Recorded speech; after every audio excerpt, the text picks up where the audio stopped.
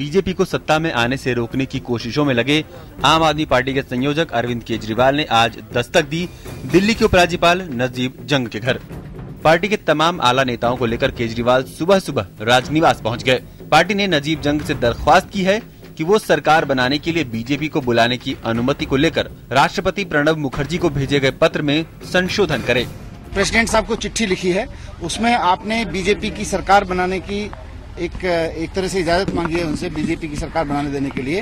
हमने एलजी साहब को कहा है कि ये रिक्वेस्ट अब बदल दें, क्योंकि Bharatiya Janata party horse trading करके सरकार बनाने की कोशिश में है, और अगर हॉर्स ट्रेडिंग करके दिल्ली में सरकार बनेगी तो वो ईमानदारी को तो छोड़िए, दिल्ली की समस्याओं को भी दूर नहीं कर सकती।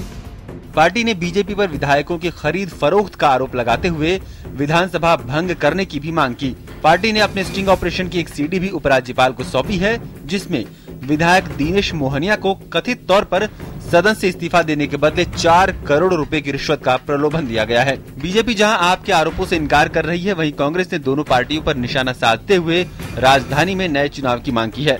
हमने अपना स्टैंड डे 1 से क्लियर किया हुआ है। हमारा स्टैंड वही है जो था, और स्टैंड ये है कि हम जो भी करेंगे हम संविधान के दायरे में रह के करेंगे, और हम कभी भी खरीद फरोख्त की राजनीति में विश्वास नहीं करते हैं। जहां तक आम आदमी पार्टी का सवाल है, वो तो अब्यूजिंग और अक्यूजिंग पार्टी है ही। उनका मूल मंत्र ही है दूसरों को गाली देना, दूसरों को खराब कहना। इसी प्रकार से उनकी राजनीति चलती रहती है। हम इस प्रकार की राजनीति में विश्वास नहीं रखते। अब ऑप्शन कुछ बचा नहीं है सिवाय इसके कि आप सुप्रीम कोर्ट के दिए हुए वक्त का नाजायज फायदा उठाइए।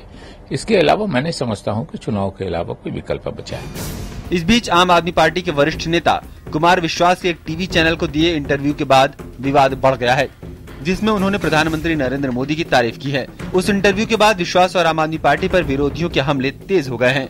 देखिए, कुमार विश्वास जिस प्रकार का तेवर अपना रहे हैं, ये कोई नया तेवर नहीं है आम आदमी पार्टी के अंदर। हमने देखा है एक एक करके आम आदमी पार्टी के तमाम जो योद्धा हैं वो छोड़ते चले जा रहे हैं, और उनका कहना है कि केवल और केवल इसलिए हो रहा है कि यहाँ कोई संगठन नामक चीज ही नहीं है। यहाँ केवल अरविंद केजरीवाल ही एकमात्र ऐसे व्यक्ति है जो डिक्टेशन करते हैं। तो स्वाभाविक रूप से जब एएपी अरविंद अलोन पार्टी बन जाएगी या अकेला अरविंद पार्टी बन जाएगी, तो इसी प्रकार से सारे योद्धा उनके छोड़ छोड़ के चले जाएंगे। उनको आम आदमी पार्टी में लगता है कि शायद अब भविष्य नहीं बचा है, क्योंकि पहले तो ये लोग समझ रहे थे कि 3 महीने में प्रधानमंत्री बन जाएंगे, वो भी नहीं बने। दिल्ली में इन्होंने 2 महीने में क्या किया वो भी इन्होंने देख लिया है।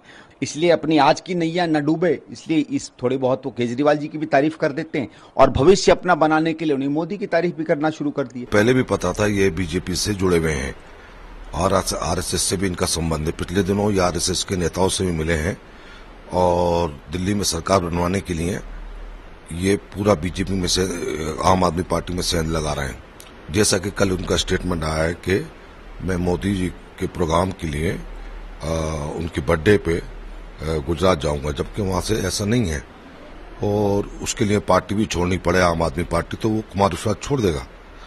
तो ऐसी सूरत में बेगानी शादी में अब्दुल्ला दीवाना, जो मानना मान में तेरा मेहमान। हालांकि कुमार विश्वास का कहना है कि उनके बयान को गलत तरीके से चैनल ने पेश किया है। ये ना करें कि बोला कुछ और जाए, दिखाएं कुछ और, वो और वैसे प्रयास करते रहे हैं। बाकी कुछ चैनल्स भी ऐसे प्रयास करते रहे, वो और भी लगे रहे प्रयास, उनको अपनी लड़ाई जारी रखें, हम अपनी लड़ाई जारी रखें। दिल्ली में चुनाव न होने और पार्टी के कई नेताओं के बागी तेवरों के चलते केजरीवाल लगातार मुश्किलों में हैं। पहले उन्होंने बाकी राज्यों के विधानसभा चुनाव न लड़ने का ऐलान कर सारी ताकत दिल्ली में झोंकने की बात कही, लेकिन दिल्ली में फिलहाल अभी चुनाव की उम्मीद न होते देख उनके सामने पार्टी को एकजुट रखने की भी चुनौती है। News night desk, DD news.